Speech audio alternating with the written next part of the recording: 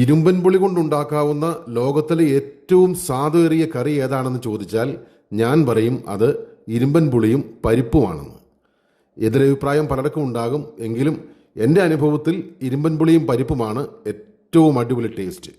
ഇരുമ്പൻ പുളി വെച്ച് പലരും പല കറികൾ ഉണ്ടാക്കുന്നുണ്ട്, ചിലർ അച്ചാറിടുന്നുണ്ട്. എങ്കിലും ഈ ഇരുമ്പൻ പുളിയും പരിപ്പും അതിൻ്റെ രുചി ഒരു വേറെ ലെവലാണ്. ഇതിനു വേണ്ടിയിട്ട് ഒരു ബൗളെടുത്ത് ബൗളിലേക്ക് നമുക്ക് ഈ പരിപ്പെടുക്കാം. പരിപ്പിലേക്ക് കുറച്ച് വെള്ളമൊഴിച്ച് നന്നായിട്ടൊന്ന് കഴുകിയെടുക്കാം. ഒരു പ്രാവശ്യമല്ല, ഒരു 2-3 പ്രാവശ്യം നമുക്ക് നന്നായിട്ടൊന്ന് കഴുകിയെടുക്കാം ഈ പരിപ്പ്. അതിനുശേഷം ഈ കഴുകിയെടുത്ത പരിപ്പ് നമുക്ക് ഒരു കുക്കറിലേക്ക് മാറ്റാം.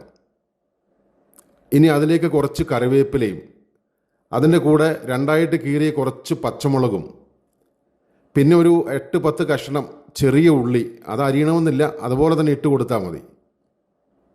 ഇതുപോലെ സ്ലോ മോഷനിൽ ഇട്ട് കൊടുക്കണമെന്നില്ല, സ്പീഡിൽ നമുക്ക് ഇട്ട് കൊടുക്കാം.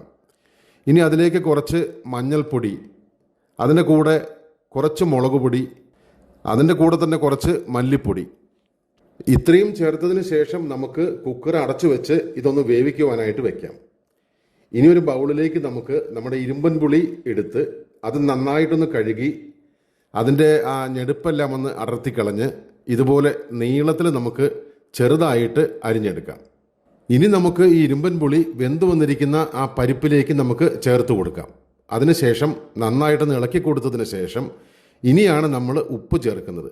അതിലേക്ക് ആവശ്യത്തിന് കല്ലുപ്പിട്ട് കൊടുക്കുന്നു, നന്നായിട്ടൊന്ന് ഇളക്കുന്നു. അതിനുശേഷം നമുക്കൊന്ന് മൂടി വെച്ച് വേവിക്കുവാനായിട്ട് വയ്ക്കാം. ഇതേ സമയം നമുക്ക് ഒരു മിക്സിയുടെ ജാറെടുത്ത് വെച്ച് ജാറിലേക്ക് കുറച്ച് തേങ്ങയും ഒരു 2 പച്ചമുളക് കീറിയതും 1-2 കഷ്ണം വെളുത്തുള്ളിയും കുറച്ച് കറിവേപ്പിലയും ഒരു ലേശം മഞ്ഞൾപ്പൊടിയും അതുപോലെ തന്നെ ലേശവും വെള്ളവും ചേർത്ത് നന്നായിട്ടൊന്ന് അരച്ചെടുക്കാം.